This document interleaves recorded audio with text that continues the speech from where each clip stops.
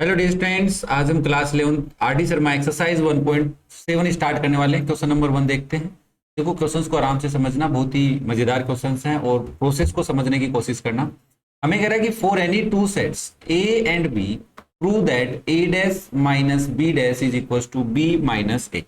अब अगर इस क्वेश्चन को हम देखें तो हमें क्या प्रूव करना है कि इसके अंदर जो एलिमेंट्स हैं वही एलिमेंट इसके अंदर है, ये प्रूव करने। तो हम क्या करते हैं, सबसे पहले बोल देते हैं कि भाई एक एक्स है, elementary element x belongs to a dash minus B dash. अब इस चीज को मैं क्या लिख सकता हूँ, इसको मैं लिख सकता हूँ कि जो x है ना वो a dash minus B dash का मतलब होता है कि x है वो a डैश से बिलोंग कर रहा है, b डैश से तो बिलोंग नहीं कर रहा है। तो हम लिख सकते हैं x belongs to a dash and x not belongs to b dash. Complementary में नहीं मिलेगा अपने को।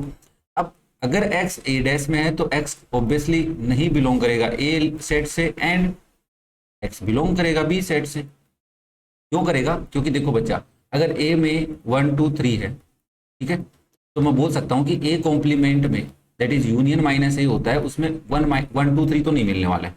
तो मान लो यूनिवर्सल सेट है 1 2 3 नेचुरल नंबर्स का, ठीक है, तो इसके अंदर आपको 1 2 3 4 नहीं मिलेगा, 4 5 6 ये सब मिल सकते हैं। क्या बात क्लियर हो पा रही है? तो इसका मतलब है कि जो x a डैश में है वो x a में तो नहीं है, और जो x b डैश में नहीं है ना, वो b में है। क्लियर हो रहा है? और आप यहाँ पे बोल सकते हैं कि इंटरसेक्शन 5 होता है, कोई कॉमन एलिमेंट नहीं होता है a डैश और b डैश में। तो आप यहाँ पे लिखना चाहें तो ये भी लिख सकते हैं कि since a intersection a complement is 5 होता है, उस रीजन से मैं बोल पा रहा हूँ। और साथ में आप b के लिए भी ये बात समझा सकते हैं। ठीक है बच्चा? Okay, b complement b intersection b complement is also 5 होता है, इस रीजन से हम बोल पा रहे हैं कि ये सेट के एलिमेंट इसमें मिलने वाले हैं। अब यहाँ से अगर मैं एक चीज नोटिस करूँ तो एक्स ए से बिलोंग कर रहा है, एक्स बी से बिलोंग, सॉरी एक्स ए से बिलोंग नहीं कर रहा और एक्स बी से बिलोंग कर रहा है। इस बात को अगर मैं देखूं तो अगर मैं बी माइनस ए करता हूं तो बी में एलिमेंट जो हैं वो ए में नहीं है, तभी तो इसके अंदर जो एलिमेंट रहेंगे वो एलिमेंट ऐसे हैं। इसमें जो भी रहेगा, क्वेश्चन मार्क लगा रहा हूँ, समझना इस चीज को, इसमें जो भी है वो बच्चा बी में है बट ए में नहीं है। समझ में आ रही है? तो इसका मतलब है ये दोनों कंडीशन इसको सेटिस्फाई कर रहे हैं। इसका मतलब है मैं यहाँ से लिख सकता हूँ x belongs to b minus a. Clear हो पा रहा है? देखो हमने कैसी कंडीशन ले आए कि एक x एलिमेंट है, ध्यान से समझना, वो इसमें है और वो इसमें भी है। इसका मतलब ये दोनों आपस में क्या बन गए? सबसेट और इक्वल सेट बन गए। तो हम बोल सकते हैं a डैश और therefore minus b dash is subset और equal set of b minus A. जितने भी x है सबके लिए सेटिस्फाई रहेगा। बट क्या इक्वेशन यहाँ तक अपन छोड़ सकते हैं? ना, बिल्कुल नहीं छोड़ सकते। इसके लिए हमें कुछ और भी कलाकारी करनी पड़ेगी, रिवर्स ऑर्डर भी समझाना पड़ेगा। तो हमें इसका कन्वर्स भी क्या करना पड़ेगा? प्रूव करना पड़ेगा कि सर ऐसा होता है तो ऐसा होता है। मतलब बी माइनस ए में जो एलिमेंट है वो किस में मिलेंगे? A dash minus B dash में, या a complement minus b complement में मिलेंगे। ये भी हमें प्रूव करना होता है अगर हम आर डी शर्मा के अकॉर्डिंग चल रहे हैं। तो हम सबसे पहले फिर से लेट करेंगे, जैसे यहाँ पे अपन ने लेट किया था वैसे हम लेट कर लेते हैं। अब चाहो तो तुम एक्स ले लो या वाई ले लो। जैसे मान लो तो मैंने वाई ले लिया कि Y belongs to B minus A. अब इस बात का मतलब है कि y बिलोंग करता है b से एंड लगाना थी, ठीक है ना, y not belongs to a। Clear है? ये बात समझ में आई?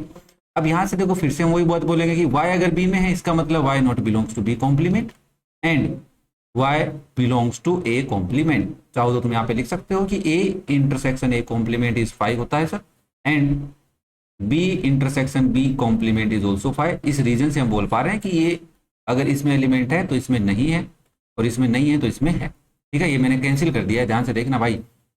अरे बाबा, इसको मैंने कैंसिल किया है, मतलब इसमें नहीं है। वाई है ना वो बी कॉम्प्लीमेंट में नहीं है, तो इसका मतलब मैं वापस से इस चीज से पूरी से लिख सकता हूँ कि सर एक्स बिलोंग करता है किससे? इस चीज को क्या लिखूंगा मैं? माइनस के फॉर्म में लिखूंगा ए माइनस बी। क्या बात क्लियर हो पा रही है बच्चा? समझ में आ रहा है?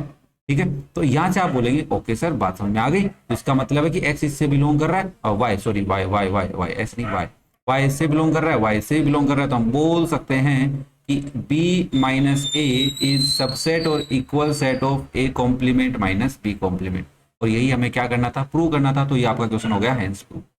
ऑब्वियसली थोड़ा सा अटपटा सा लग सकता है क्योंकि ये तो थोड़ा सा प्रोसेस ही कुछ ऐसा है इनका कि हमें सबसेट, अगर कोई किसी चीज को इक्वल प्रूव करना है तो दोनों को सबसेट और इक्वल सेट प्रूव करना होता है।